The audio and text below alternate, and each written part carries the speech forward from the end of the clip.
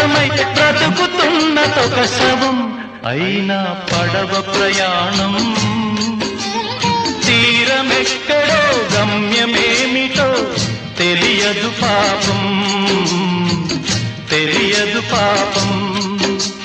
గాలి వానలో వాన నీటిలో పడవ ప్రయాణం తీరమెక్కడో గమ్యమేమిటో తెలియదు పాపం, తెలియదు పాపం.